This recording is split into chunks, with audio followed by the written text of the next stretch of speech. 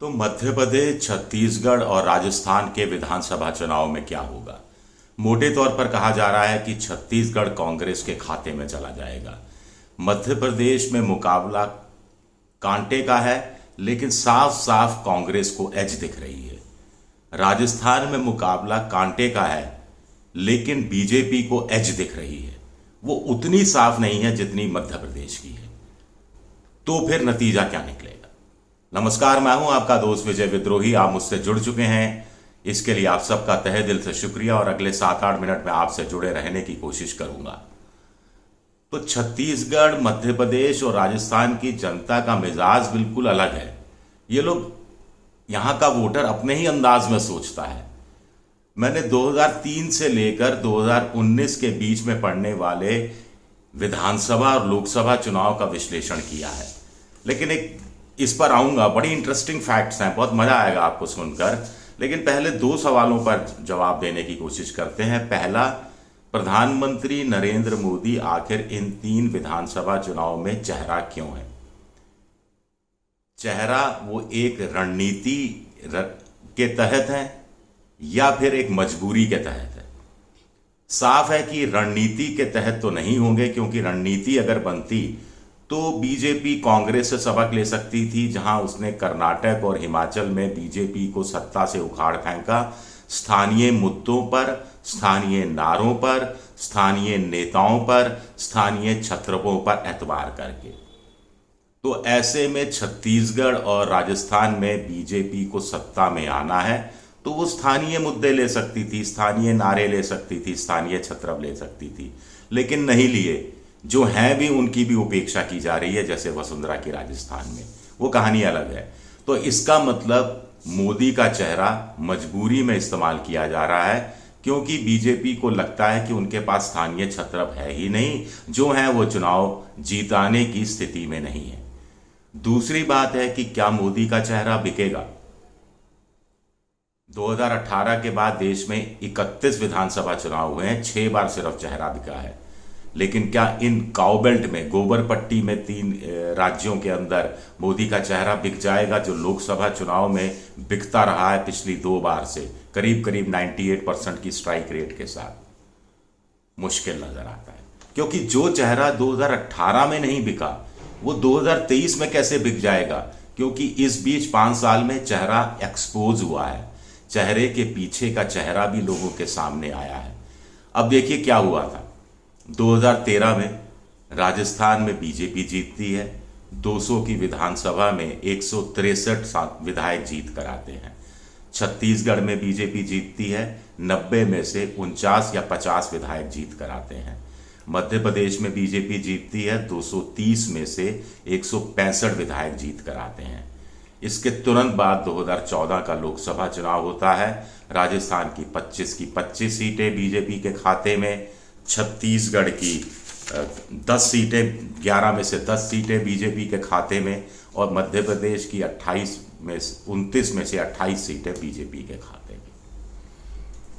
यानी double engine की सरकार, मजबूत सरकार, केंद्र में नए नए मोदी, उज्ज्वला योजना लाने वाले मोदी, शौचालय खोलने वाले मोदी, गांव गोद लेने वाले मोदी, विश्व गुरु की भूमिका में आगे बढ़ते मोदी, किसानों की 5 साल में आय दुगनी कराते मोदी, हर गांव में बिजली पहुंचाते मोदी, उम्मीद का नाम मोदी, आशा का नाम उम्मीदी, सपने का नाम मोदी, मोदी मोदी मोदी। लेकिन 2018 में खेल खत्म हो जाता है। 2018 का विधानसभा चुनाव, इन्हीं 3 राज्यों के नतीजे बता देता हूं मैं आपको। राजस्थान में बीजेपी की 90 सीटें कम हो जाती हैं, 163 से गिरकर 73 पर पहुंच जाती है। छत्तीसगढ़ में 50 से गिरकर 15 पर आ जाती है। कांग्रेस 90 में से 68 सीटें जीत जाती है। मध्य प्रदेश में 165 से गिरकर 109 पर आ जाती है और कांग्रेस 114 सीटों पर पहुंच जाती है। तो यही सवाल उठता है कि जब 2018 में नहीं चला, 2019 में भी नहीं चलता मोदी का चेहरा लोकसभा चुनाव में, अगर इससे पहले फरवरी में पुलवामा नहीं होता, इस बात पर बहस की जा सकती है, लेकिन मैं उसमें नहीं जा रहा। एक तो इंटरेस्टिंग पॉइंट ये हुआ। दूसरा इंटरेस्टिंग पॉइंट ये है कि जैसे 2003 विधानसभा चुनाव मध्य प्रदेश में बीजेपी, छत्तीसगढ़ में बीजेपी, राजस्थान में बीजेपी। 2004 लोकसभा चुनाव, मध्य प्रदेश में बीजेपी 29 में से 25 सीटें, छत्तीसगढ़ में बीजेपी 11 में से 10 सीटें, राजस्थान में बीजेपी 25 में से 21 सीटें। लेकिन केंद्र में बीजेपी चुनाव हार जाती है, अटल बिहारी जी वाजपेयी हार जाते हैं चुनाव। यानी कैसा मूड बदलता है देश का। ये 3 राज्य लोकसभा चुनाव में जिस पार्टी के साथ गए वो पार्टी केंद्र में चुनाव हार गई। यही हाल 2009 में रहता है। 2008 में मध्य प्रदेश और छत्तीसगढ़ में फिर बीजेपी विधानसभा चुनाव जीतती है, लेकिन राजस्थान में कांग्रेस चुनाव जीत जाती है। और 2019 के लोकसभा चुनाव में मुकाबला मध्य प्रदेश में टफ होता है। 29 में से 16 सीटें बीजेपी जीतती है, 12 कांग्रेस जीतती है।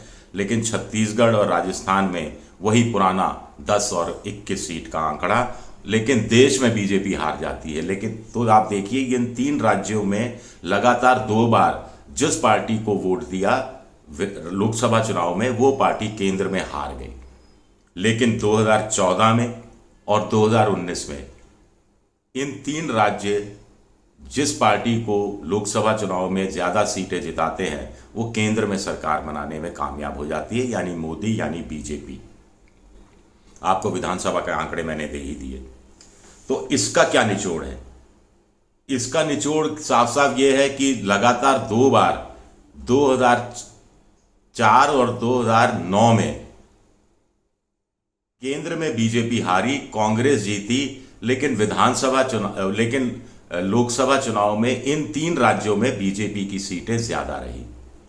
और उसके बाद लगातार 2 बार तीनों राज्यों में बीजेपी की सीटें ज्यादा रही और लोकसभा में भी बीजेपी जीत गई। तो इससे लॉजिक क्या बनता है? 2 हार 2 जीत, उसके बाद फिर हार। यानी 2024 में बीजेपी को क्या केंद्र में हार जाना चाहिए? पहला सवाल। दूसरा सवाल ये कि मध्य प्रदेश का उदाहरण ले कि मध्य प्रदेश की जनता बड़ी समझदार रही है। मध्य प्रदेश की जनता अपनी समस्याओं को ज्यादा ध्यान में रखकर वोट देती रही है, विचारधारा के स्तर पर नहीं गई है और कमल के पीछे पीछे नहीं भागी है। ये इसका उदाहरण ऐसे मिलता है, बड़ा इंटरेस्टिंग है कि 2003, 2008, 2013 में बीजेपी जीतती है विधानसभा चुनाव, लेकिन 2018 का जो चुनाव है उसमें क्लोज फाइट में कांग्रेस जीत जाती है विधानसभा का चुनाव। बीजेपी को लोग हरा देते हैं, नजदीकी मामले में हराते हैं, लेकिन हरा देते हैं क्योंकि उनको लगता है बहुत हो गया यार, अब शिवराज सिंह का चेहरा नहीं चाहिए। इसी तरह 2004, 2009, 2014, 2019 में बीजेपी लोकसभा में 29 में से ज्यादातर सीटें जीतती है। लेकिन पसीना पहुंच लूं क्योंकि ये सुन के बीजेपी वालों को भी पसीना आ रहा होगा। लेकिन 2009 में लोकसभा चुनाव में मध्य प्रदेश की जनता 29 में से 16 सीटें बीजेपी को देती है, तो कांग्रेस को भी 12 सीटें देती है। यानी मध्य प्रदेश की जनता यहां भी विचारधारा के स्तर पर अपने आप को ऊपर रखती है अपनी आर्थिक परेशानियों को, क्योंकि 2009 में मनमोहन सिंह सरकार अच्छा काम कर रही थी, ईएमआई कम थी, लोन पर लोन लोग ले रहे थे, विकास दर अच्छी थी और देश में खुशनुमा माहौल था। तो मध्य प्रदेश की जनता भी यहां विचारधारा की तरफ ना जाकर जो 2008 के विधानसभा चुनाव 4 महीने पहले जहां पर बीजेपी को जिताया था मध्य प्रदेश में, और कितनी सीटें दी थी 2008 में? 2008 में बीजेपी को अच्छी खासी सीटें दी थी विधानसभा चुनाव में, 165 के आसपास सीटें दी थी। लेकिन 2009 के लोकसभा चुनाव में वही मध्य प्रदेश की जनता बीजेपी को 29 में से सिर्फ 16 सीटें देती है, जो पिछले चुनाव में, उससे पहले के चुनाव में बीजेपी को दी थी 25 सीटें। तो मध्य प्रदेश की जनता इस रूप में कहा जा सकता है बड़ी समझदार है। तो क्या मध्य प्रदेश की जनता इस बार विधानसभा चुनाव में क्या करेगी? इस बार भी वो परेशानियों से त्रस्त है, भ्रष्टाचार से त्रस्त है, शिवराज सिंह का एक बार फिर चेहरा सामने है। तो स्वाभाविक है या एक लॉजिक, जनरल लॉजिक बताता है कि मध्य प्रदेश की जनता बीजेपी को नकार सकती है, कांग्रेस के साथ जा सकती है। ये बड़ी बात नहीं है। बड़ी बात यह है कि लोकसभा चुनाव में भी क्या मध्य प्रदेश की जनता इसी तरह दुखी होकर बेरोजगारी से, महंगाई से, हिंदू मुस्लिम चीज़ों से दुखी होकर मोदी सरकार के प्रति उसका जो मोहभंग थोड़ा सा कम होगा, और क्या वो कांग्रेस के हिस्से में ज़्यादा सीटें डालेगी? ज़्यादा से मतलब पिछली बार इक्का दुक्का सीटें आई थी, इस बार संख्या बढ़ जाएगी कांग्रेस की, क्या 10 बार चली जाएगी? मुमकिन है। तो कुल मिलाकर एक मोटा मोटा आंकड़ा मैंने अपनी तरफ से पेश करने की कोशिश की है। आपको वीडियो पसंद आए तो लाइक कीजिए, सब्सक्राइब कीजिए, शेयर कीजिए और घंटी जैसी आकृति दबा दीजिए, बेल आइकन, ताकि नया वीडियो आए तो तत्काल आपको नोटिफिकेशन के जरिए उसकी जानकारी मिल जाए। विद्रोही 7 मेरा ट्विटर हैंडल है, विजय विद्रोही 7 के नाम से मैं इंस्टाग्राम पर हूँ, और फेसबुक पर मेरा पेज है विजय विद्रोही पेज। शुक्रिया, बहुत बहुत शुक्रिया।